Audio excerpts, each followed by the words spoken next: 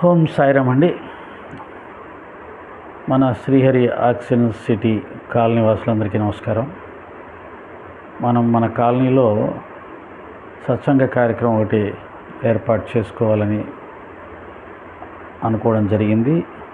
పోయిన వారం ఆదివారం ఎవరు రాకపోయినా బాబాగారు మరియు బుద్ధ భగవానుడు ఇద్దరు వచ్చారనే ఉద్దేశంతో సత్సంగం యొక్క ప్రాధాన్యతని రికార్డ్ చేయడం, అది మీ అందరికీ పంపించడం జరిగింది.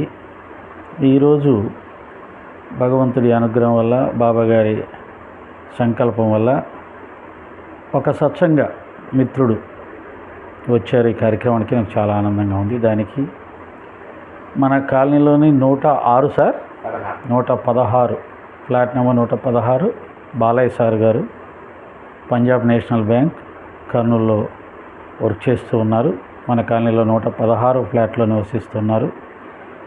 వారు సత్సంగానికి రావడం జరిగింది. బహుశా నేను అనుకున్నాను ఈరోజు కూడా ఎవరు రారలే అనుకున్నాను, బట్ బాబా గారు వారిని పంపించారు. చాలా సంతోషం. ఇదిగో ఒకసారి వారిని చూపిస్తున్నారు మీకు. సార్ నమస్కారం చేయండి. నమస్తే. అందరికీ కార్తీక మాస శుభాకాంక్షలు అండి అందరికీ. Right thank you sir. ఆ విధంగా కార్తీక మాసంలో చాలా పవిత్రమైంది, హిందువులకు చాలా ముఖ్యమైనది. కాబట్టి ఈ కార్తీక మాసంలో దీపాలు వెలిగిస్తాం మనందరం కూడా. మన ఋషులు ప్రతి ఒక్కరి ఏర్పాటు చేసిన దానిలో ఒక ఆధ్యాత్మిక విశేషం ఉంటుంది. కేవలం భౌతికమైనటువంటి విశేషమే కాకుండా ఆధ్యాత్మిక విశేషం ఉంటుంది. దీపాలు వెలిగించటంలో వారి ఉద్దేశం ఏమిటంటే మన లోపట వెలుగుతున్నటువంటి ఆత్మజ్యోతిని తెలుసుకోవడానికి ఈ కార్తీక మాసం బాగా ఉపయోగపడుతుంది. ఎందుకంటే ఈ ఆధ్యాత్మిక మార్గంలో ప్రయాణించాలంటే మనస్సు చాలా ప్రశాంతంగా ఉండాలి. మనసుకి ప్రకృతికి సంబంధం ఉంది. కాబట్టి ఈ కార్తీక మాసంలో ప్రకృతి చాలా ఆహ్లాదకరంగా ఉంటుంది. దాని కారణంగా మనకు చాలా ఆనందం సహజంగా ప్రకృతి నుంచి లభిస్తుంది. అటువంటి ఆనందకరమైన వాతావరణంలోనే ఆధ్యాత్మిక సాధన మొదలు పెడితే అది సులభంగా అర్థమవుతుంది, అవగాహన అవుతుందనే ఉద్దేశంతో కార్తీక మాసంలో అందరూ మాలాధారణ కూడా చేస్తూ ఉంటారు. తెల్లవారుజామున చల్లనీళ్ళ స్నానం చేసుకొని భగవదారాధన, భగవంతుని కీర్తన, ధ్యానం, సత్సంగం, సద్గ్రంథ పఠనం ఇవన్నీ కూడా చేయడం ఆధ్యాత్మిక సాధన మార్గంలో ముఖ్యమైనవి. కాబట్టి అటువంటి ఈ కార్తీక మాసంలో ఈ సత్సంగ కార్యక్రమాన్ని కూడా చేసుకుంటే మంచిది. ఎందుకంటే కాలనీలో చాలామంది సీనియర్ సిటిజన్స్ కూడా ఉన్నారు. సాధారణంగా వయసులో ఉన్నవారు వారి వారి సంసార బాధ్యతల్లో బిజీగా ఉంటారు. అలాగే ప్రాపంచిక ఆకర్షణలో కూడా బాగా బలంగా ఉంటుంది. వయసులో ఉన్నప్పుడు భగవంతుని భక్తి కలగడం, ఆధ్యాత్మిక ప్రయాణం చేయాలనే ఆలోచన కలగడం చాలా వరకు ఉండదు, తక్కువగా ఉంటుంది. దాంతోపాటు సాంసారిక బాధ్యతలు కూడా ఉంటాయి. ఈ బిజీలో భగవంతుని వైపు మనసు మళ్లించడం కష్టం. ఏదో ఉదయం సాయంత్రం నమస్కారం పెట్టుకోవడం, దీపారాధన చేయడం అంతవరకు చేస్తామే. కానీ పోయిన వీడియోలో చెప్పినట్టుగా భగవంతుడు గురించి తెలుసుకోవాలి. అసలు భగవంతుడు అంటే ఎవరు, ఎక్కడ ఉంటాడు, ఎలా పట్టుకోవాలి, అసలు ఎందుకు పట్టుకోవాలి, భక్తి మార్గంలో మనం ఎందుకు ప్రయాణం చేయాలి, ఇవన్నీ డీప్గా వెళ్ళాలి అని అంటే కొద్దిగా ఈ వయసులో ఉన్న వాళ్ళ కష్టమే. కానీ నిజం చెప్పాలంటే భగవంతుని మార్గం గురించి, భగవంతుడి గురించి క్షుణ్ణంగా తెలుసుకున్న తర్వాత సంసారంలో దిగిన వారు చాలా వరకు సేఫ్గా ఉంటారు. మనం చెప్పినట్టుగా వాళ్ళ కర్మలన్నీ కూడా జాగ్రత్తగా ఉంటాయి, మంచిగా ఉంటాయి. వాళ్ళ ప్రవర్తన మంచిగా ఉంటుంది, వాళ్ళ మాట తీరు మంచిగా ఉంటుంది, వాళ్ళ ఆలోచన మంచిగా ఉంటుంది. అంటే చెప్పేది ఏంటంటే ఎలా పడితే అలా ప్రవర్తించి, ఎలా పడితే అలా మాట్లాడి, ఎలా పడితే అలా కర్మలు చేసి వాటి ద్వారా పాపము పొంది ఆ పాప కర్మల ఫలితాలను అనుభవించే అవకాశం లేకుండా భగవంతుని గురించి తెలుసుకున్న తర్వాత సంసారంలో దిగితే వాళ్ళ కర్మలు పవిత్రంగా ఉంటాయి, ఆలోచన కరెక్ట్గా ఉంటుంది, మాట చాలా పవిత్రంగా ఉంటుంది, నెమ్మదిగా ఉంటుంది, ప్రశాంతంగా ఉంటుంది, ఎదుటి వారికి బాధ కలిగించకుండా ఉంటుంది. పాపం ఎక్కడి నుంచి పుడుతుందంటే మన కారణంగా ఎదుటి వాళ్ళు ఎవరైనా బాధపడ్డారంటే అక్కడ పాపం క్రియేట్ అవుతుంది, పాపం పుడుతుంది. కాబట్టి ఈ విషయాలన్నీ తెలియచెప్పేదే సత్సంగం అంటారు. అందుకనే సత్సంగంలోకి వచ్చినప్పుడే మన జీవన విధానంలో మార్పులు వస్తాయి, మన ప్రవర్తనలో మార్పులు వస్తాయి. దాని ద్వారా మన కర్మలు సక్రమంగా ఉంటాయి. మానవ జీవితం అంతా కర్మ సిద్ధాంతం మీద ఆధారపడి నడుస్తుంటుంది. నీ కర్మలు సక్రమంగా ఉంటే నువ్వు అనుభవించే ఫలితాలు కూడా సక్రమంగా ఉంటాయి. నీ కర్మలు సక్రమంగా లేకపోతే నీవు అనుభవించేవి కూడా చాలా ఇబ్బందులకరంగా, కష్టంగా ఉంటుంది. ఎన్ని ఉన్నా నీ జీవితంలో మాత్రం ఎప్పుడూ కూడా ఏదో ఒక ఇబ్బంది, అశాంతి, అలజడి, టెన్షన్స్ ఉంటాయి. ఇప్పుడు దుర్యోధనుడికి ఏముంది, మొత్తం రాజ్యానికి ఆయనే యువరాజు, లేనిదేముంది, కానీ ఎప్పుడూ టెన్షనే వాడికి. రావణ బ్రహ్మకి ఏముంది, ముల్లోకాలని ఏలుతూ ఉన్నాడు, కానీ ఎప్పుడూ టెన్షనే వాడికి. కారణం ఏంటంటే బుద్ధి సరిగ్గా లేకపోవడం, జ్ఞానం లేకపోవడం. కాబట్టి భగవంతుని యొక్క మార్గం అనేది ప్రతి ఒక్కరికి అవసరం. దానివల్లనే ఈ సత్సంగ కార్యక్రమాన్ని మనం ఏర్పాటు చేసుకున్నాం. ఈరోజు కూడా దాని యొక్క ప్రాధాన్యతని తెలుసుకునే ప్రయత్నం చేద్దాం. మొట్టమొదట మన బాలయ్య సార్ మీకు ధన్యవాదాలు సార్. ఎంతో శ్రద్ధతో మీరు ఈ కార్యక్రమానికి వచ్చినందుకు. ఒకరుంటే చాలు, హ్యాపీగా ఈ సత్సంగ కార్యక్రమాన్ని కొనసాగించుకోవచ్చు. అదృష్టవంతులు ఎవరైనా ఉంటే నెక్స్ట్ వీక్ జాయిన్ అవుతారు. నేను భగవంతుని ప్రార్థనతో ఈ యొక్క కార్యక్రమాన్ని ప్రారంభిస్తాను. ఇప్పటిదాకా చెప్పింది ఉపోద్ఘాతం. శ్రీ సచ్చిదానంద సమర్థ సద్గురు సాయినాథ్ మహారాజుకి జై. వక్రతుండ మహాకాయ కోటి సూర్య సమప్రభా నిర్విఘ్నం కురు మే దేవ సర్వకార్యేషు సర్వదా. యా కుందేందు తుషారహారధవళ యా శుభ్రవస్త్రావృత యా వీణావరదండ మండితకరా యా శ్వేత పద్మాసనా యా బ్రహ్మాచ్యుత శంకర ప్రభృతిభిర్దేవై సదా వందిత సా మాం పాతు సరస్వతీ భగవతీ నిశేషజాడ్యాపః. గురుర్బ్రహ్మా గురుర్విష్ణుః గురుర్దేవో మహేశ్వరః గురు సాక్షాత్ పరబ్రహ్మ తస్మై శ్రీ గురవే నమః.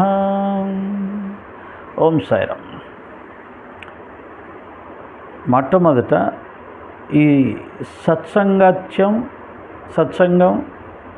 అనే దాని యొక్క గొప్పతనాన్ని మహాత్ములు మనకు ఇలా తెలియజేశారు. నారద మహర్షి శ్రీమన్నారాయణుడి దగ్గరికి వెళ్ళి, స్వామి సత్సంగం అనేది చాలా గొప్పది అని చెప్తూ ఉన్నారు అందరూ కూడా. ఆ సత్సంగం యొక్క గొప్పతనం ఏమిటో దయచేసి నాకు తెలియజేయవలసింది అని నారద మహర్షి నారాయణ స్వామిని అడిగినప్పుడు, నారాయణ స్వామి ఏం చెప్పాడంటే, నీవు ఒక భూలోకంలో ఉన్నటువంటి ఫలానా ఊరిలో ఉన్న ఒక పేడ పురుగు ఉంది. ఆ పేడ పురుగును నువ్వు వెళ్ళి ఇదే ప్రశ్న అడుగు, అది నీకు సమాధానం చెప్తుంది అని చెబితే, ఒక పేడ పురుగు ఏమిటి, నా ప్రశ్నకు సమాధానం చెప్పడం ఏమిటి అనుకుంటూనే నారాయణుడు చెప్పాడు కదా చూద్దామని చెప్పేసి వెళ్ళి ఆ పేడ పురుగా సత్సంగం యొక్క గొప్పతనం ఏంటో దయచేసి నాకు వివరించవలసింది అని కోరాడు. దాంతో ఆ పేడ పురుగు ఒకసారి నారద మహర్షి వైపు చూసి పుట్టుక్కుమని చచ్చిపోయింది. ఏమీ అర్థం కాలేదు నారద మహర్షికి. సరే వెళ్ళి నారాయణుడికి చెప్పాడు, అయ్యా నువ్వు ఆ పేడ పురుగును అడగమని చెప్పావు, నేను అడిగాను, అడిగిన వెంటనే అది చచ్చిపోయింది, ఏమిటి మరి ఇప్పుడు నన్ను ఏం చేయమంటారు అంటే, అప్పుడు అలా కాదు, ఇప్పుడు మరోసారి ప్రయత్నం చెయ్యి, పలానా ఊర్లో ఇప్పుడే ఒక లేగదూడ పుట్టింది,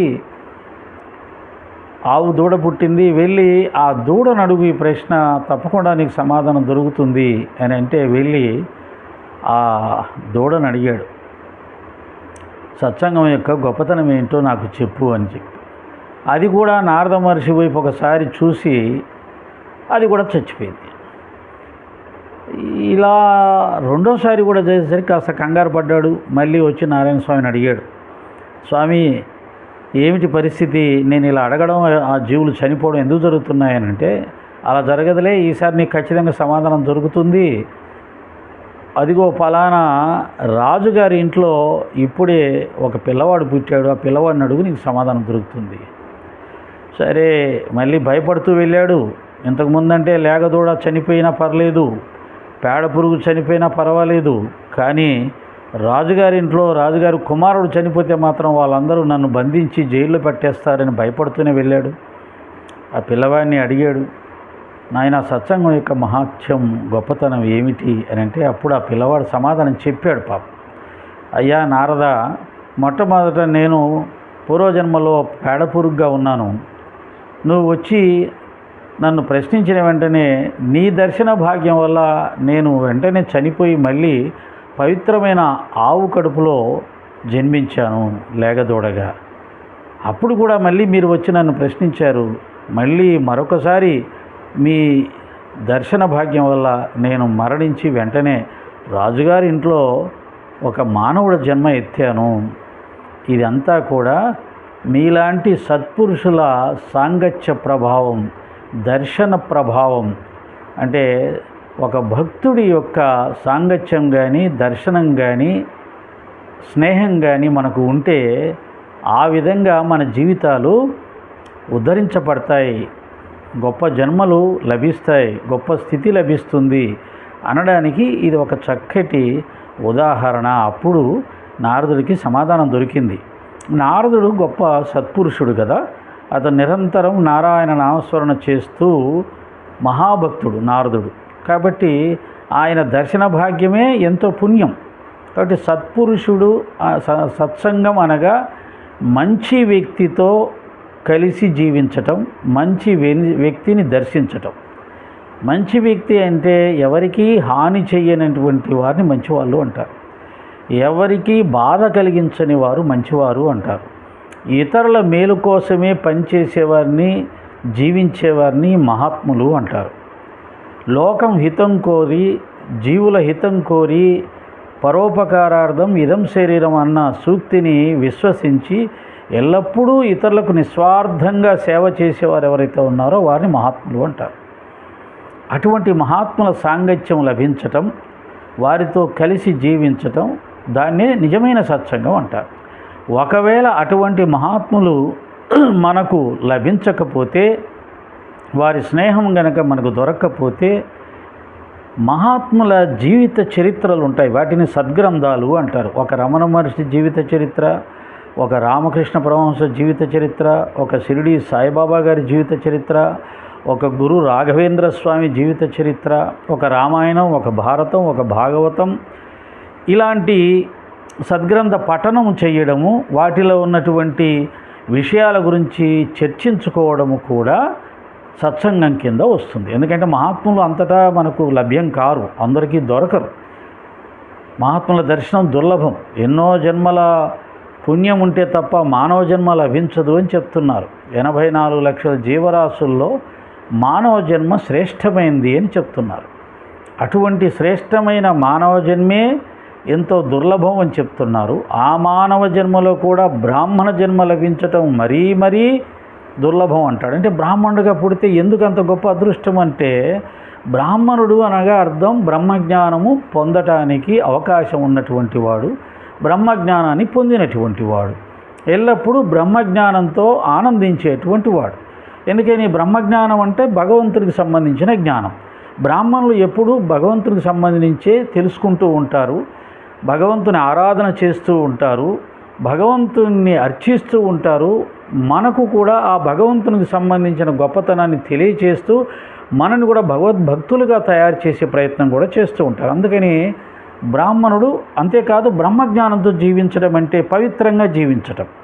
ప్రశాంతంగా జీవించటం, 10 మందికి మేలు చేస్తూ జీవించటం. బ్రాహ్మణుడు అంటే ఇన్ని అర్థాలు వస్తాయి.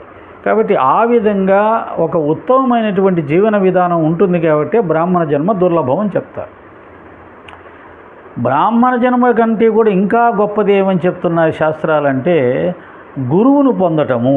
ఎవరైతే ఒక గురువును పొందుతారో జీవితంలో వారు అందరికంటే అదృష్టవంతులు. ఎందుకంటే గురువు అనగా అజ్ఞానాన్ని తొలగించి జ్ఞానాన్ని ప్రసాదించే వారిని గురువులు అంటారు. కాబట్టి గురువు లేని విద్య గుడ్డి విద్య అంటారు. విద్య లేనివాడు వింత పశువు అంటారు. కాబట్టి ఈ విద్య ఎక్కడి నుంచి వస్తుంది అంటే గురువు దగ్గర నుంచి వస్తుంది. అది భౌతిక విద్య అయినా సరే, ఆధ్యాత్మిక విద్య అయినా సరే. భౌతిక విద్యనేమో డబ్బులు సంపాదించుకునే విద్యలు నేర్పిస్తాయి. ఆధ్యాత్మిక విద్యనేమో మనం ఎలా ప్రవర్తించాలో నేర్పిస్తాయి. అలాగే భగవంతుడిని గురించి చెబుతాయి, భగవంతుని అనుగ్రహం పొందేలా చేస్తాయి. కాబట్టి ఆధ్యాత్మిక విద్యకైనా భౌతిక విద్యకైనా గురువు కంపల్సరీ అని మన శాస్త్రాలు చెప్తున్నాయి. చివరికి అవతార పురుషులైనటువంటి శ్రీరాముడు, శ్రీకృష్ణుడు కూడా గురువుల్ని ఆశ్రయించి విద్య అభ్యసించారు. రాముడికి వశిష్ఠుడు, విశ్వామిత్రుడు గురువులై విద్య నేర్పించారు. కృష్ణుడికి సాందీప మహాముని విద్య నేర్పించాడు. కాబట్టి అవతార పురుషులు కూడా గురువులను ఆశ్రయించి విద్య నేర్చుకున్నప్పుడు సాధారణ మానవులైన మనకు గురువు యొక్క ఆవశ్యకత ఎంత ఉందో మనకు అర్థమైపోతుంది. కాబట్టి ఖచ్చితంగా మన జన్మ తరించాలి అంటే, మనం పాపరహితంగా జీవించాలి అంటే ఖచ్చితంగా గురువు యొక్క మార్గదర్శకం చాలా అవసరం. ఆ విధంగా ఈ మానవ జన్మని మనం గురువు కోసం ప్రయత్నించాలి, గురువు కోసం వెతకాలి. గురువు వచ్చినప్పుడే మన జీవితంలో నిజమైనటువంటి కాంతి, జ్ఞానం, నిజమైన శాంతి, సౌఖ్యం అన్నీ కూడా లభించే అవకాశాలు ఉంటాయి. కాబట్టి గురువు యొక్క ప్రాముఖ్యత ఆధ్యాత్మిక మార్గంలో చాలా చాలా ఉంది. గురువు చేసేదే, గురువు చెప్పేదే నిజమైనటువంటి జ్ఞానం. ఆ జ్ఞానం తెలుసుకున్న తర్వాత చేసే కర్మలే పాపరహితమైన కర్మలు అవుతాయి. లేకపోతే రోజు మనం ఎన్నో పాపాలు చేస్తుంటాం. మనం తెలియకుండా చేసే పాపాలు కొన్ని, తెలిసి చేసే పాపాలు కొన్ని, స్వార్థంతో చేసే పాపాలు కొన్ని, అహంకారంతో చేసే పాపాలు కొన్ని. బలం ఉంటే నా అంతటి వాడు లేడు అని అహంకరించి కొంతమందిని కొడుతూ తిడుతూ పాపాలు చేస్తూ ఉంటారు. ధనం ఉంటే ఆ ధనంతో కొంతమందిని భయపట్టిస్తూ బాధ పెడుతూ పాపాలు చేస్తూ ఉంటారు. అధికారం ఉంటే అధికారంతో భయపెడుతూ కొంతమందిని హింసిస్తూ దోచుకుంటూ పాపాలు చేస్తుంటారు. ఇవన్నీ వాళ్ళు బలం అనుకుంటారు. ఆ బలం, ఆ ధనం, ఆ అధికారం అనేది గొప్ప అనుకుంటారు. కానీ వాటి ద్వారా ఇతరులకు హాని కలిగించేలా ఎవరు చేసినా వాటి కర్మ ఫలితాలు అనుభవించాల్సింది. మనం చెప్పుకోవడం జరిగింది. మనం పెద్ద పెద్ద పదవుల్లో ఉన్నవారు కూడా, దేశాన్ని పరిపాలించేవారు కూడా, లేదా ఐఏఎస్ ఆఫీసర్లుగా ఉంటున్న వాళ్ళు కూడా అజ్ఞానం వల్ల తప్పులు చేసి బాధపడుతున్నటువంటి అనేక సంఘటనల్ని మనం ప్రతిరోజు పేపర్లో చూస్తూ ఉన్నాం. అంత పెద్దవారు, అంత చదువుకున్నవారు, అంత ఉన్నత పదవుల్లో ఉన్నవారు ఎందుకు తప్పులు చేస్తున్నారయ్యా అంటే జ్ఞానం లేకపోవడం, గురువు లేకపోవడం. కాబట్టి ఆ విధంగా మన మానవ జీవన ప్రయాణంలో చాలా తప్పులు జరిగే అవకాశం ఉంటుంది. తెలియక చేసే తప్పులు ఏమిటయ్యా, పాపాలు ఏమిటయ్యా అంటే ప్రతిరోజు మనం ఇల్లు కడుగుతాం, తుడుస్తాం. చిన్న చిన్న జీవరాశులు చాలా చనిపోతుంటాయి. అది ఒక హింస. కాబట్టి దాని కర్మఫలం కూడా అనుభవించాల్సి వస్తుంది అని చెప్తున్నాయి శాస్త్రాలు. అలాగే పొయ్యి వెలిగిస్తుంటారు. పూర్వకాలంలో అయితే కర్రల పొయ్యి, ఆ కర్రలకు అనేకమైన క్రిమి కీటకాదులు ఉండేవి, అవన్నీ చచ్చిపోతుండేవి. ఇప్పుడంటే గ్యాస్ పొయ్యి, పెద్దగా ఇబ్బంది లేదు. పొయ్యి వెలిగించడం ద్వారా కొన్ని జీవులు చనిపోతాయి, దాని ద్వారా పాపం వస్తుంది. అలా మాట్లాడేటప్పుడు ఎదుటి వాళ్ళకి దుబారాగా మాట్లాడి అవతల వాళ్ళ మనసు గాయపరిచేటట్టు మాట్లాడుతుంటాం. అది పాపం అని మనకు తెలియదు.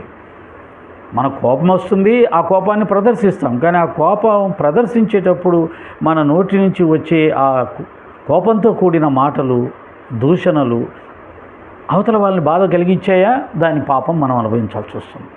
అది పాపం అని కూడా మనకు తెలియదు. అలా ఇతరులు మనని బాధ పెట్టారనుకోండి, తిరిగి మనం వాళ్ళని బాధ పెట్టాలని చూస్తాం. అది పాపం అని మనకు తెలియదు. వారు మనని బాధ పెట్టినందుకు వాళ్ళు పాప ఫలం అనుభవిస్తారు. తిరిగి మనం వాళ్ళని బాధ పెడితే మళ్ళీ ఆ పాప ఫలం మనం అనుభవించాలి.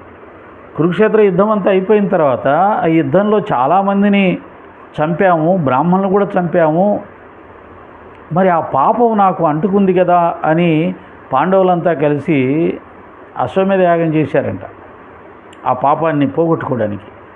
యుద్ధమే, అవతల ఉన్నవాడు శత్రువే, అందులో అధర్మం పోయి పోరాడుతున్నారు వాళ్ళు, అయినా కానీ వాళ్ళని చంపడం అనేది పాపమే, ఆ పాపం పోగొట్టుకోవడానికి ఒక ప్రయత్నం చేయవలసిందే అని భారత యుద్ధంలో మనకు తెలుస్తుంది. అలాగే రాముడు, స్వయంగా రాముడు రావణ బ్రహ్మను చంపిన తర్వాత బ్రహ్మహత్య పాతకు నాకు చుట్టుకుందని చెప్పి ఆయన కూడా ఒక యజ్ఞం చేస్తాడు పాప నుంచి బయటపడడానికి. ఇలా పాపపుణ్యాలతోటే మన జీవితం నడుస్తుంటుందండి.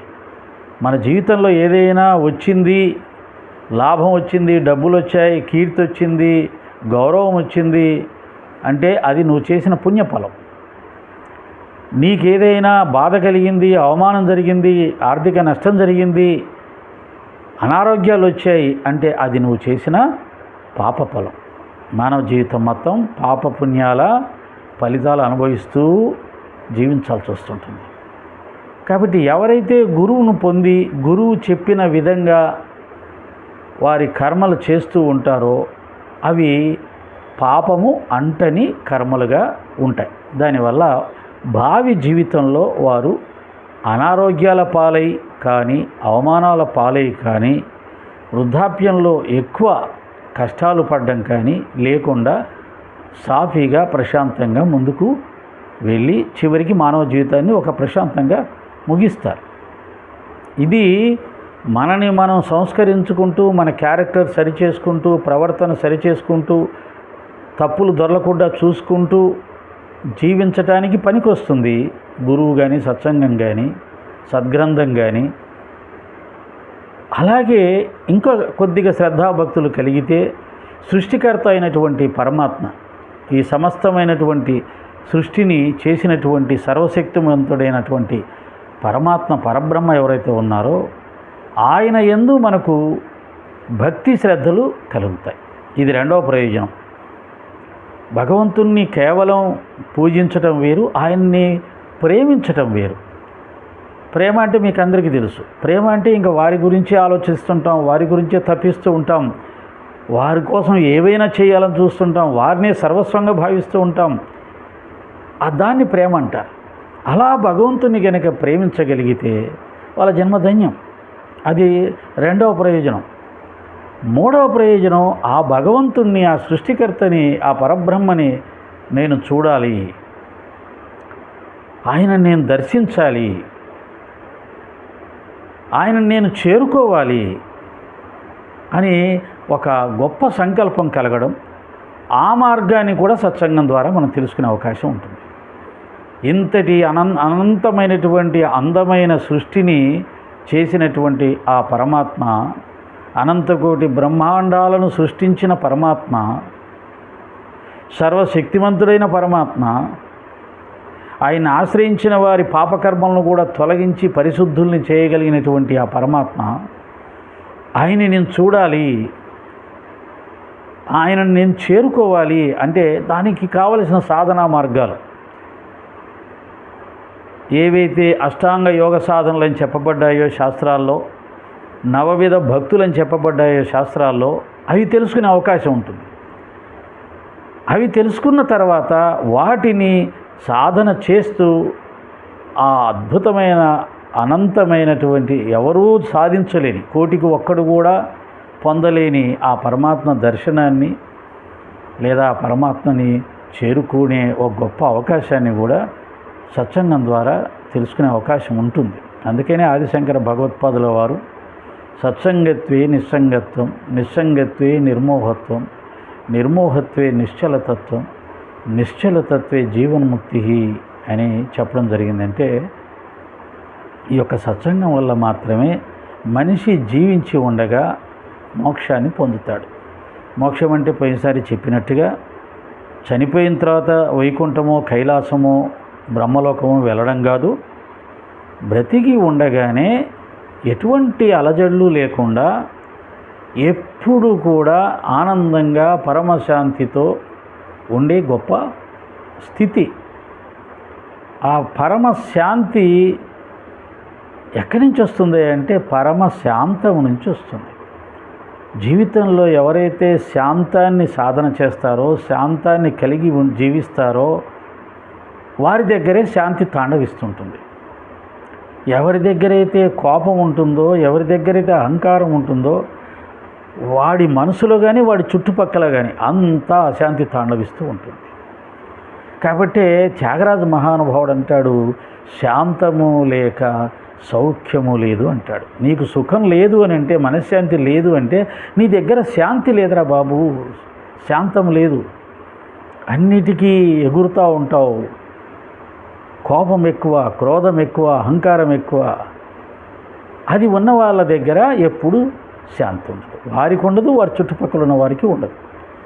కాబట్టి దాని నుంచే మనకు తన కోపమే తన శత్రువు, తన శాంతమే తన మిత్రువు అనే అద్భుతమైనటువంటి సుమతి శ్లోకం కూడా, పద్యం కూడా మనకు తెలుసు. కాబట్టి ఆధ్యాత్మిక సాధన మొత్తం సత్వగుణం మీద ఆధారపడి ఉంది, సాత్విక లక్షణం మీద ఆధారపడి ఉంది. శాంతము ఈజ్ ఈక్వల్ టు సహనం, సహనం ఈజ్ ఈక్వల్ టు శాంతం, సహనం శాంతి ఈజ్ ఈక్వల్ టు పరమశాంతి, పరమానందం, శాంతిలో నుంచి ఆనందం. కాబట్టి అటువంటి శాంతిని, సహనాన్ని, ప్రేమను, త్యాగాన్ని, సేవను, ఇవన్నీ ఉత్తమ గుణాలు, దైవీ లక్షణాలు.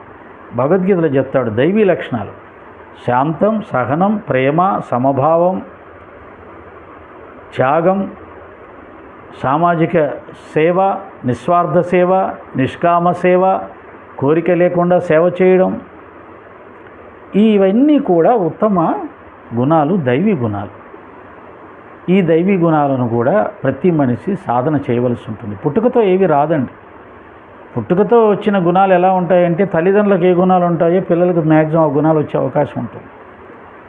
అలాగే కుటుంబ పరిస్థితులను బట్టి గుణాలు తయారవుతాయి. నీ స్నేహితులను బట్టి నీ గుణాలు తయారవుతాయి. నీ కుటుంబ పరిస్థితులు, నీ జీన్సు, నువ్వు పెరిగిన వాతావరణం, వీటిని బట్టి నీ గుణాలు తయారవుతాయి. మంచి వ్యక్తులతో స్నేహం చేస్తే మంచి గుణాలు తయారవుతాయి. తల్లిదండ్రులు మంచి సంస్కారవంతులైతే, దైవభక్తులైతే వారి ద్వారా మంచి గుణాలు వస్తాయి.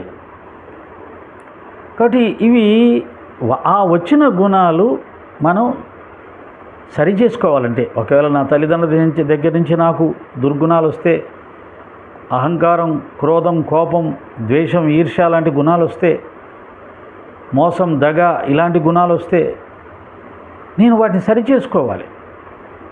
సరిచేసుకోవడానికి ఒకటే మార్గం సత్సంగం, సద్గ్రంథ పఠనం, శాంతాన్ని సాధన చేయడం. ఊరికే ఏది రాదు.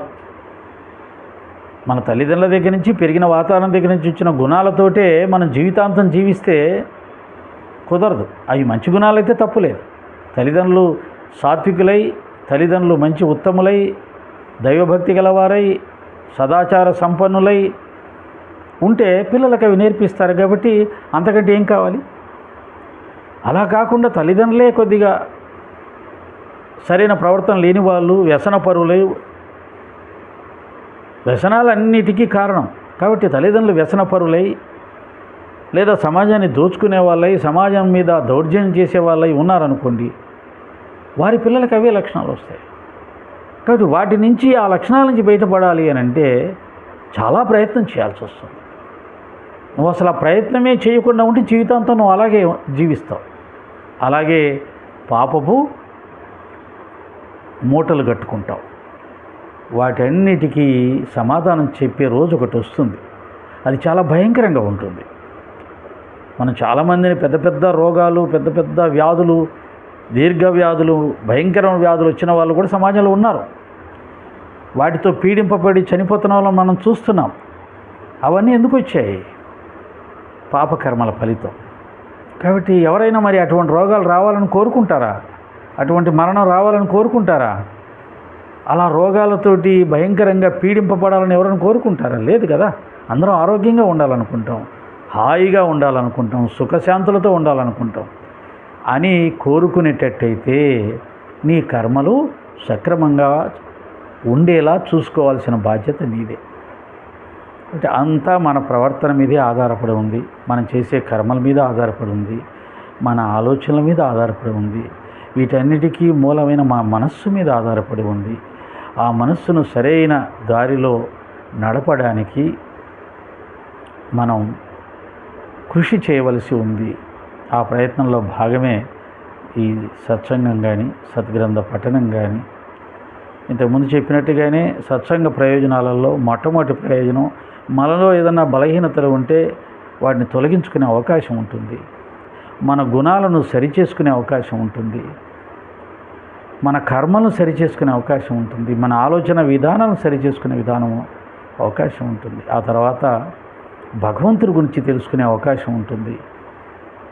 ఆ భగవంతుణ్ణి వీలైతే పొందాలి, దర్శించాలి అనుకునే ఆ కోరిక కూడా తీర్చుకునే అవకాశం ఉంటుంది. దానికి కావలసిన సాధనా మార్గాలు దొరుకుతాయి. ఇంత ప్రయోజనాలు మన సత్సంగం వల్ల లభిస్తుంది. ఇది ఈరోజు కూడా మనం సత్సంగం యొక్క ప్రాధాన్యతని తెలుసుకున్నాం. ఇప్పుడు కాసేపు నామస్మరణ చేస్తాం. సారు నేను చేద్దాం సార్, నామస్మరణ చేద్దామా? ఓం సాయి శ్రీ సాయి జయ జయ సాయి, సాయి జయ జయ సాయి, ఓం సాయి శ్రీ సాయి జయ జయ సాయి, ఓం సాయి శ్రీ సాయి జయ జయ సాయి, ఓం సాయి శ్రీ సాయి జయ జయ సాయి, ఓం సాయి శ్రీ సాయి జయ జయ సాయి, ఓం సాయి శ్రీ సాయి జయ జయ సాయి, ఓం సాయి శ్రీ సాయి జయ జయ సాయి, ఓం సాయి శ్రీ సాయి జయ జయ సాయి, ఓం సాయి శ్రీ సాయి జయ జయ సాయి, ఓం సాయి శ్రీ సాయి జయ జయ సాయి, ఓం సాయి శ్రీ సాయి జయ జయ సాయి, ఓం సాయి శ్రీ సాయి జయ జయ సాయి, ఓం సాయి శ్రీ సాయి జయ జయ సాయి, ఓం సాయి శ్రీ సాయి జయ జయ సాయి, ఓం సాయి శ్రీ సాయి జయ జయ సాయి. సాయి రామ్ సాయి రామ్ సాయి సాయి రామ్, సాయి రామ్ సాయి రామ్ సాయి సాయి రామ్, సాయి రామ్ సాయి రామ్ సాయి సాయి రామ్, సాయి రామ్ సాయి రామ్ సాయి సాయి రామ్, సాయి రామ్ సాయి రామ్ సాయి సాయి రామ్, సాయి రామ్ సాయి రామ్ సాయి సాయి రామ్, సాయి రామ్ సాయి రామ్ సాయి సాయి రామ్, సాయి సాయి రామ్ సాయి సాయి రామ్. నారాయణ సాయి నారాయణ, నారాయణ సాయి నారాయణ, నారాయణ సాయి నారాయణ, నారాయణ సాయి నారాయణ, నారాయణ సాయి నారాయణ, నారాయణ సాయి నారాయణ, నారాయణ నారాయణ. విఠల విఠల సాయి రామ విఠల, విఠల విఠల సాయి రామ విఠల, విఠల విఠల సాయి కృష్ణ విఠల, విఠల విఠల సాయి కృష్ణ విఠల, గోవింద విఠల గోపాల విఠల, గోవింద విఠల గోపాల విఠల, గోవింద విఠల గోపాల విఠల, సాయి రామ విఠల సాయి కృష్ణ విఠల, సాయి రామ విఠల సాయి కృష్ణ విఠల, సాయి రామ్ సాయి రామ్ సాయి సాయి రామ్, సాయి రామ్ సాయి రామ్ సాయి సాయి రామ్, సాయి రామ్ సాయి రామ్ సాయి సాయి రామ్, సాయి సాయి రామ్ సాయి సాయి రామ్. శ్రీ సచ్చిదానంద సమర్థ సద్గురు సాయినాథ్ మహారాజుకి ఓం సాయిరామ్. ఓం అసతో మా సద్గమయ తమసో మా జ్యోతిర్గమయ మృత్యోర్మా అమృతంగమయ. ఓం శాంతి శాంతి శాంతి. ఓం సహనావతు సహనౌ భునక్తు సహ వీర్యం కరవావహై తేజస్వినావధీతమస్తు మా విద్విషావహై. ఓం శాంతి శాంతి శాంతి. ఓం పూర్ణమద పూర్ణమిదం పూర్ణాత్ పూర్ణముదచ్యతే పూర్ణస్య పూర్ణమాదాయ పూర్ణమేవావశిష్యతే. ఓం శాంతి శాంతి శాంతి. లోకా సమస్తా సుఖినో భవంతు. లోకా సమస్తా సుఖినో భవంతు. లోకా సమస్తా సుఖినో భవంతు. ఓం శాంతి శాంతి శాంతి. సర్వం శ్రీ సాయి నారాయణ చరణారవిందార్పణమస్తు. ఓం శ్రీ సాయిరామ్.